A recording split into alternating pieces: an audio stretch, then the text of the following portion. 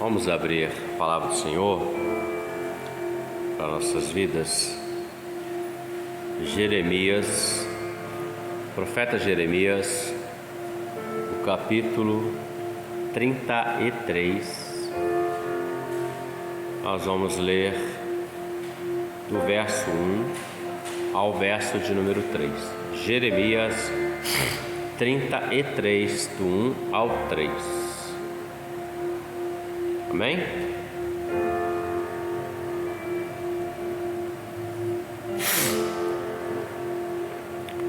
Veio a palavra do Senhor a Jeremias pela segunda vez, estando ele ainda preso no pátio da guarda. Assim diz o Senhor que faz isto, o Senhor que forma isto, para o estabelecer. O Senhor é o seu nome.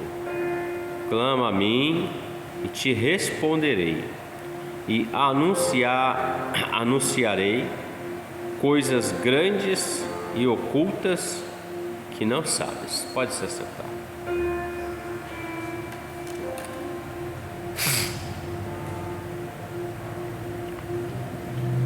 Já ouvimos falar acerca do profeta Jeremias, o qual o Senhor o chamou, revelando que desde o ventre da mãe dele, ele já o tinha separado, santificado para ser profeta, o homem que traria a palavra do Senhor.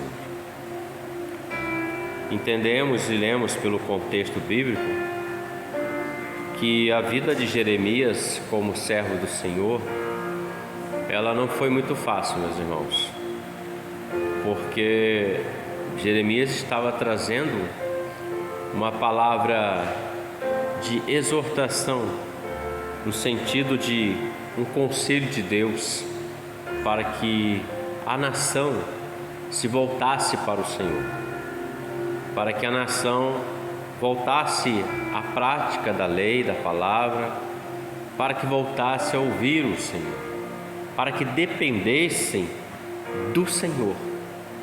Porém, Jeremias profetizou acerca de 4 ou 5 reis daquele tempo. Somente o rei Josias foi o qual ouviu Jeremias, e naquele tempo do rei Josias ele foi um rei que buscou o Senhor.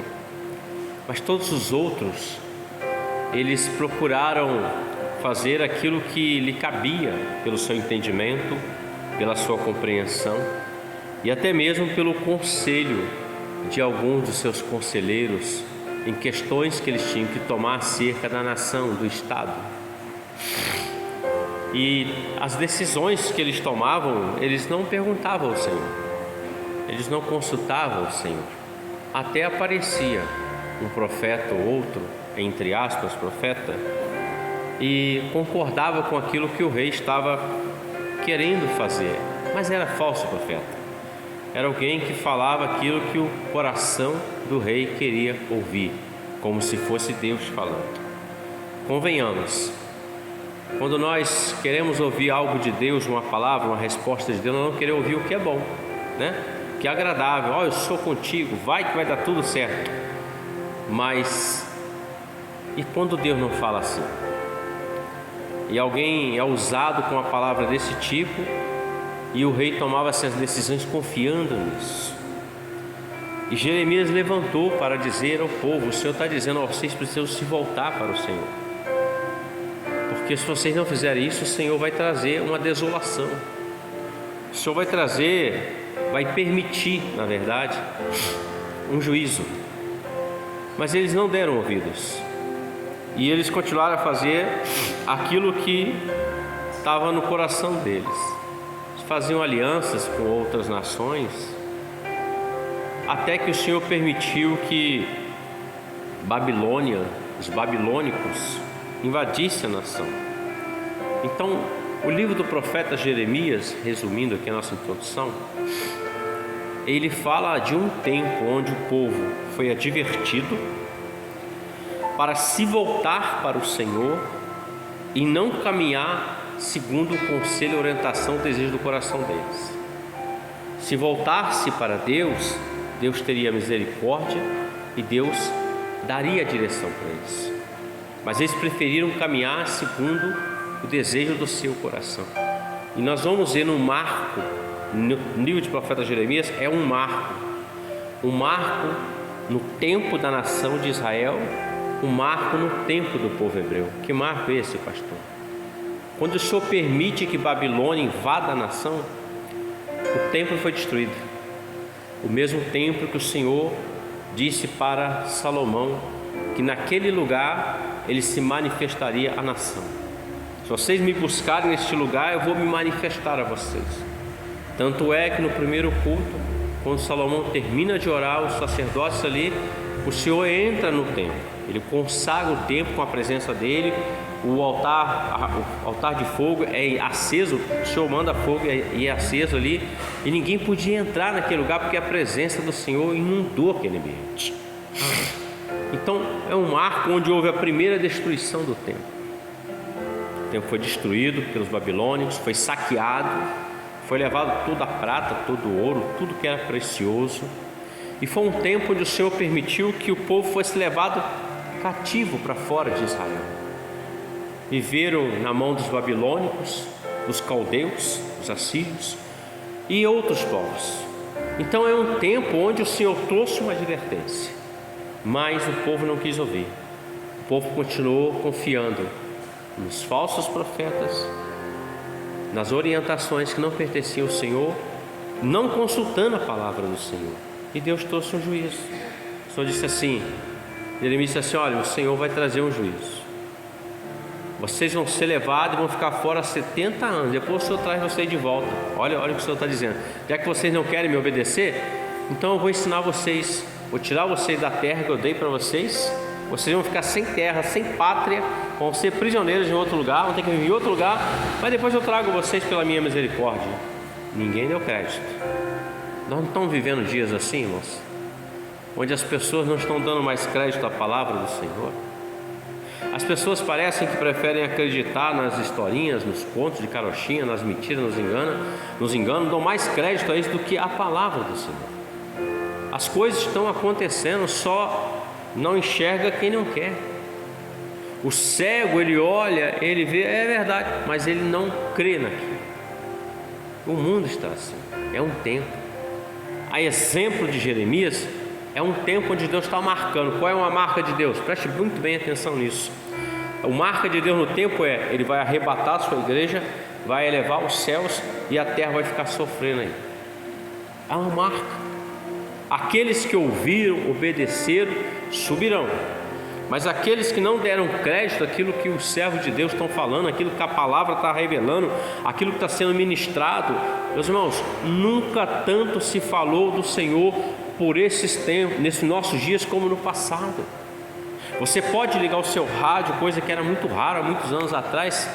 Você tem programação evangélica, às vezes não é boa, mas sempre tem uma palavra ou outra que passa, um louvor ou outro que te quebranta, que te toca, que fala com alguém. Isso é Deus, na sua multiforme graça e bondade e misericórdia se manifestando na vida do homem. Mas o homem ainda tem um coração duro, muito duro. Estamos vivendo esse tempo, é um marco. Vai tocar a trombeta, a igreja vai subir, quem ficar aí ficou. Vai passar 7 dias, 7 anos, 3 anos e meio de uma paz, falsa paz, e 3 anos e meio de grande tribulação, perseguição total. Quem for crente nesse tempo vai ter que pagar com a sua vida, porque o mundo estará na mão do adversário até que se conclua o final dos tempos. Pois bem, queridos, Jeremias foi esse marco para Israel. O arrebatamento é um marco para a igreja. A igreja está falando desde Atos dos Apóstolos. A primeira palavra que o apóstolo Pedro pregou está escrito lá. Disseram assim: veio o Espírito Santo, e eles ficaram olhando aquilo, aquela movimentação, e Pedro disse para eles: nós não estamos embriagados, nós estamos cheios do Espírito. Isso era para que se cumprisse o que está escrito no livro do profeta Joel: olha, já em Atos capítulo 2, naquele tempo passado já se cumpriu uma palavra lá de Joel, quando o Senhor disse que derramaria do seu Espírito. Já se cumpriu, e o Senhor continua derramando até os dias de hoje. E Pedro prega, e as pessoas ficaram perplexas e disseram assim: o que vamos fazer então? O que devemos fazer para não cair nessa condenação, para sermos salvos? A palavra de Pedro foi: arrependei-vos dos vossos pecados, sejam batizados e recebam o Espírito Santo. Simples assim. Então vejam, meus irmãos, a igreja já marcou um tempo ali, Atos 2, e vem pregando. Os apóstolos entregaram a sua vida a Cristo, sua vida à igreja, ao Evangelho. Morreram por você, por mim, pelo Senhor, pela sua palavra. Eles tinham prazer quando eram perseguidos. Hoje, se há uma perseguição, não vou nem dizer cultural, mas se é uma perseguição pessoal ou mal entendido, qualquer coisinha já é motivo para alguém abandonar o Senhor Jesus. Porque ninguém abandona, vou embora daquela igreja, não, está abandonando o Senhor, está indo para outro lugar.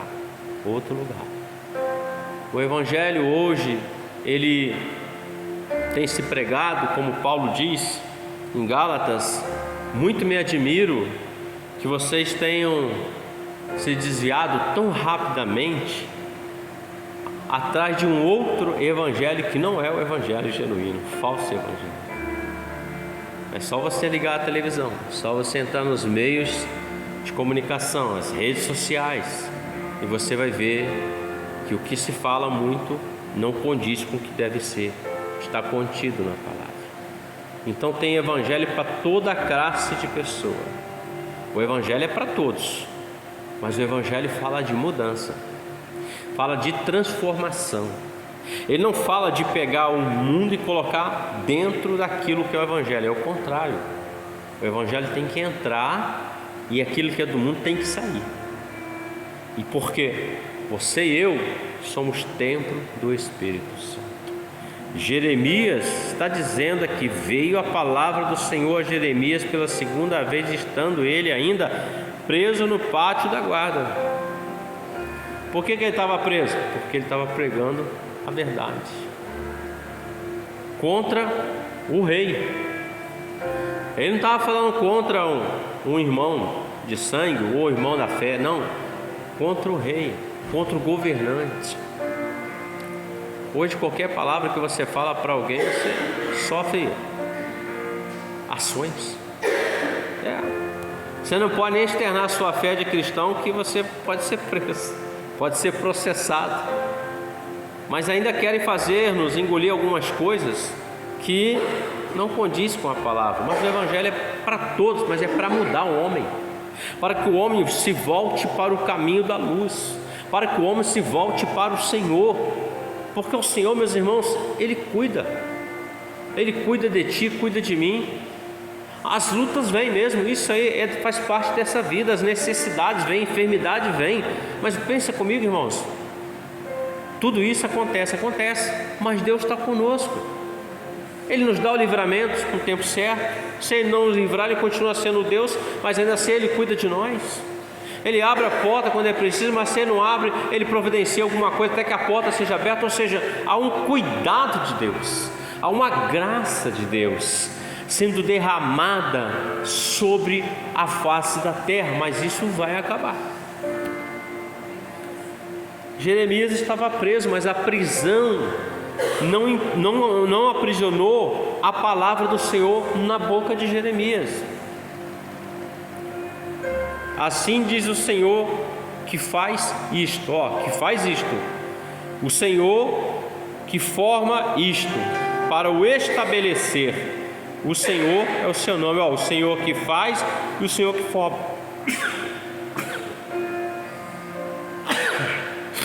Ele faz e forma. Uma coisa é fazer, irmãos, outra coisa é formar. Criou Deus, céus, terra e tudo que nela é.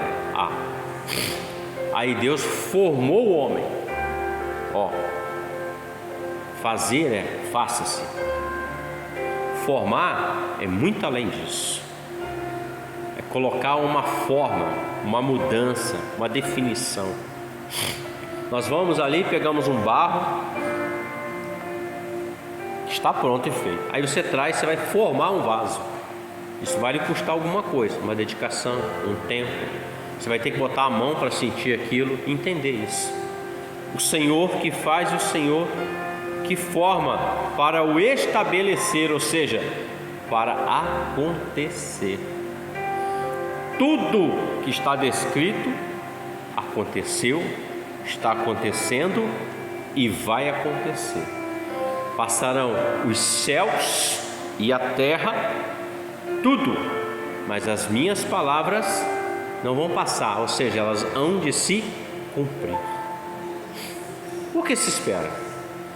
Esperamos em Cristo, não para esta vida, porque se esperamos somente para esta vida, somos os mais miseráveis dos seres humanos. Nós esperamos em Cristo para a eternidade com Ele. Não tem choro, não tem dor, não tem necessidade, não tem lamento, mas tem a presença de Deus eternamente. Tem a vida eterna em você, um corpo transformado, glorificado e viver eternamente com o Senhor. Não tem nada melhor que isso. A medicina, a ciência, ela se multiplicou. Isso é bíblico. Mas o homem, ele tenta de todas as formas, usando medicina, ciência e tantas outras coisas, tentar multiplicar o seu número de dias sobre a face da terra. Ele tenta manter a sua formosura. Tudo vaidade, vaidade, vaidade, vaidade. Não adianta. A aparência pode mudar um pouquinho, mas a idade, não. O que vem com ela não se muda, porque isso Deus criou, formou, estabeleceu, está estabelecido. Tudo que o homem precisa hoje é somente adorar o Senhor. Nada diferente disso, meus irmãos. Quem adora o Senhor por tudo que Ele é, isso é mais gratificante do que qualquer coisa nessa vida. Jeremias, apesar de estar preso, apesar dele estar ali no pátio da guarda, a palavra do Senhor veio a ele, ou seja, Deus chegou e falou com ele: Jeremias, eu que fiz, eu que formo, eu que estabeleço. Aí ele fala: clama a mim, rapaz, continue orando e eu vou te responder, eu vou te anunciar coisas grandes, ocultas, que não sabes, ou seja, aquilo que só Deus conhece, aquilo que só Deus sabe, Ele revela para aquele que clama a Ele, para aquele que busca a Ele. Coisas grandes e ocultas,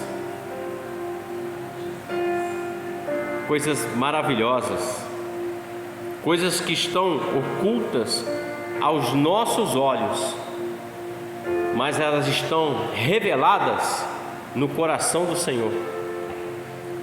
E quando você clama, Deus olha para você o clamor, a sinceridade, e fala assim: agora eu vou executar o meu segredo através da vida do meu servo, da minha serva. Coisa tremenda, meus irmãos, coisas que nós não sabemos, porque está oculto no coração do Senhor. Ana, ela entrou à presença do Senhor. Ela precisava de uma bênção, ela precisava de um milagre, porque ela não podia gerar, meus irmãos. Ana não estava clamando a Deus para matar Penina. Ana não estava clamando a Deus para multiplicar a fortuna ou algo do tipo, nada disso. Tudo que ela queria, ela gerar um filho. E ela diz assim: Senhor, se o Senhor me tirar essa vergonha e me der um filho varão, olha o que ela fala: um homem, Senhor, porque naquele tempo era assim. Eu vou consagrar ele ao Senhor. O que ela está dizendo é: Senhor, eu vou gerar esse filho, ele vai sair de mim e eu vou entregar ele ao Senhor, porque ele saindo de mim, já tirou essa estigma de mim, de eu ser infrutífera, estéril, seca. Ela ora, preste bem atenção na revelação. Ela ora, o Senhor ouve a oração dela, e o Senhor faz algo que estava oculto a todos, porque Eli e os filhos de Eli, Ofni e Finéias, eram semelhantes ao nosso tempo. Está lá o templo, está lá os sacerdotes, mas Deus não está revelando coisas grandiosas a ninguém, está só aquela coisa acontecendo. Eles estavam contra a palavra do Senhor, não faziam aquilo que agradava o coração do Senhor. E o que o Senhor fez? Colocou o filho no ventre de Ana, e de lá nasceu Samuel. Estava oculto aos olhos de todos, mas no coração do Senhor tinha uma obra para ser feita, tinha uma obra para ser mudada, transformada, voltar ao seu curso. E o Senhor precisava de fazer isso, ninguém sabia. Mas quando Ana entra e ora, clama a mim, ela clama ao Senhor, o Senhor revela com uma coisa grande e oculta que ninguém sabia: nasceu Samuel. Quando nasce Samuel, ela tem um menino. Eucana fala para ela: não, cumpra o seu voto com Deus. Passou-se um tempo, ela leva o menino lá, cerca de 3 anos, e fala com o Eli: por esse menino clamava eu naquele dia, que o senhor achou que eu estava embriagado, mas eu estava cheio do Espírito Santo. Samuel passou a viver ali no templo com o sacerdote. E o Senhor começou a falar com Samuel, ainda moço, mas não falava com Eli, já não falava. Com Ofni e Finéias, muito menos ainda. Coisas grandes e ocultas que não sabes. Estava no coração do Senhor. João Batista, quando o Senhor chama o pai dele, era um sacerdote.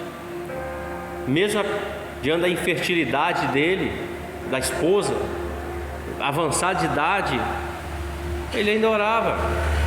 Até que ele entra no templo para fazer o seu trabalho, o seu ofício ao Senhor. E o Senhor, o anjo veio e fala assim: Zacarias, sua oração tem chegado diante do Senhor. Tua mulher vai gerar um filho, você vai colocar o nome nele de João. Ele será o precursor do Altíssimo, do Filho do Altíssimo.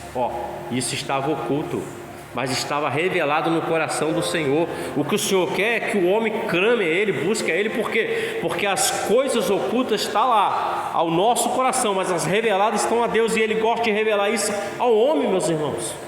E veio João Batista. Ninguém sabia quem seria ele, o Elias que havia de vir. João Batista. E veio, sendo o precursor do Senhor Jesus. Então, Jeremias, 40 anos profetizando, não negou o Senhor. É um marco. A igreja, nós estamos aí há mais de 2000 anos, com a mensagem principal é: Jesus está voltando para levar a sua igreja. Essa é a mensagem. Venha para Jesus que vai te dar um carro novo. Isso não é evangelho, isso é prosperidade. Mas pastor, Deus não pode? Claro, Deus dá, mas não precisa ficar nessa loucura. Se Deus fechar a torneira, muita gente vai embora, desiste. Que evangelho é esse? Que não se ganha nada. Salvação é o maior prêmio, e é de graça para nós, mas custou a vida e o sangue do Senhor Jesus. Então, meus irmãos, fica essa palavra para nós aqui. Jeremias estava preso, mas a palavra veio a ele mesmo ele estando preso. Paulo e Silas estavam presos, mas a palavra veio a eles mesmo estando presos. Então, uma prisão, uma perseguição, uma enfermidade, uma necessidade não é maior do que o Deus que você clama, não é maior do que o Deus que você busca, não é maior do que o Deus que você serve. É colocar o joelho, é clamar, é ir na madrugada, é falar com o Senhor, é chorar aos pés do Senhor, é louvar, é bendizer o Senhor. O tempo de Deus é o tempo da revelação das coisas grandiosas. Estamos vivendo os últimos dias que os apóstolos gostariam de ver esses dias do arrebatamento. É o que a igreja está ansiando. Então guardemos essa palavra, queridos. Clamemos ao Senhor. É Deus de resposta. A resposta vem. Está lá, revelada a Ele, oculta a nós. Nós não conseguimos enxergar. Como pode nascer um homem de novo? Como é que nasceu de uma virgem? O impossível é para Deus, o possível é para nós. Amém? Vamos orar ao Senhor, amém?